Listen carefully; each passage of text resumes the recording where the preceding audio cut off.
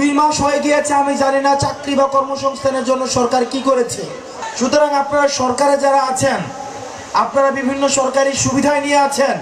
আমরা যারা রাস্তায় আন্দোলন করেছি, ছাত্র জনতা রক্ত দিয়েছে, তারা সরকারি সুবিধা পাচ্ছে না। তাদের বাসার বাজার সরকারি টাকায় তাদের ফ্রিজে আসে না। সুতরাং বাজারের সিন্ডিকেটগুলো ভেঙে দিয়ে সাধারণ মানুষের কাছে যেন বাজারগুলো পৌঁছে যায়, আপনারা সেই ব্যবস্থা দ্রুততম সময়ের মধ্যে করুন। না হয় ছাত্র নাগরিক এই সরকারের বিরুদ্ধে কথা বলা শুরু করবে। এখানে যারা শিক্ষার্থী রয়েছেন, আপনাদের শিক্ষার্থীদের প্রতি আমি একটা আহ্বান জানিয়ে আমার বক্তব্য শেষ করব।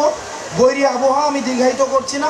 সেটা হচ্ছে যে আমাদের কিছুদিন পরে, আমাদের সামনে আমাদের ভাইরা রয়েছেন, কিছুদিন পরেই আমাদের যেই বাংলাদেশের সাম্প্রদায়িক যে সম্প্রীতিটি রয়েছে, আমাদের সাম্প্রদায়িক সম্প্রীতির সনাতন ধর্মাবলম্বীদের সবচেয়ে বড় উৎসব যে দুর্গাপূজা কিছুদিন পরে রয়েছে।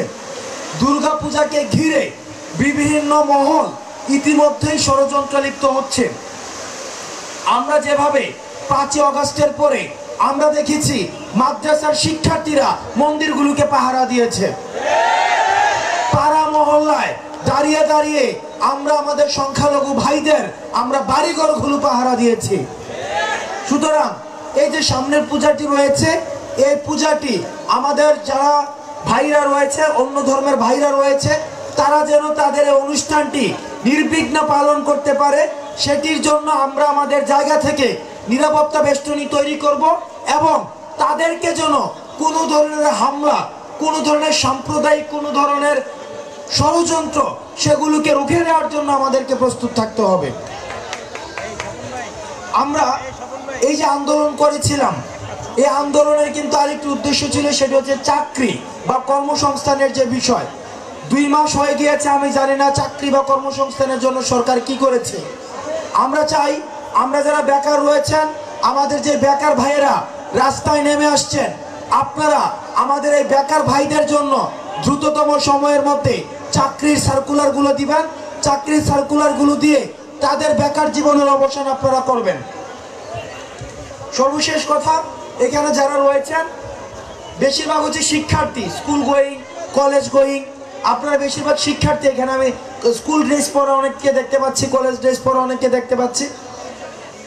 আমি একটা জিনিস আপনাদেরকে সচেতন করছি, আমাদের এই যে স্বাধীনতা পরবর্তী যে বাংলাদেশটি প্রতিষ্ঠিত হয়েছে, এই স্বাধীনতা পরবর্তী বাংলাদেশে কয়েকটা জিনিস থাকবে না। 1, প্রোটোকল পলিটিক্স থাকবে না। 2, সেলফি পলিটিক্স, এগুলা থাকবে না।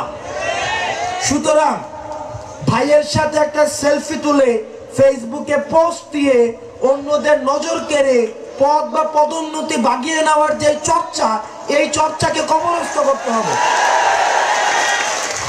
আমরা 5ই আগস্টের পূর্বে যেভাবে স্লোগান দিয়েছিলাম বিকল্প আমি, তাইলে ভাই এখন কেন আপনারা ভাইদের পিছনে ঘোরাঘুরি করবেন? আপনাকে বিকল্প হয়ে উঠতে হবে, আপনাকে নেতৃত্বের জায়গাটায় আপনাকে আসতে হবে। এখানে যারা যারা রয়েছেন প্রত্যেকে তার জায়গা থেকে প্রত্যেকে এক একজন নেতা।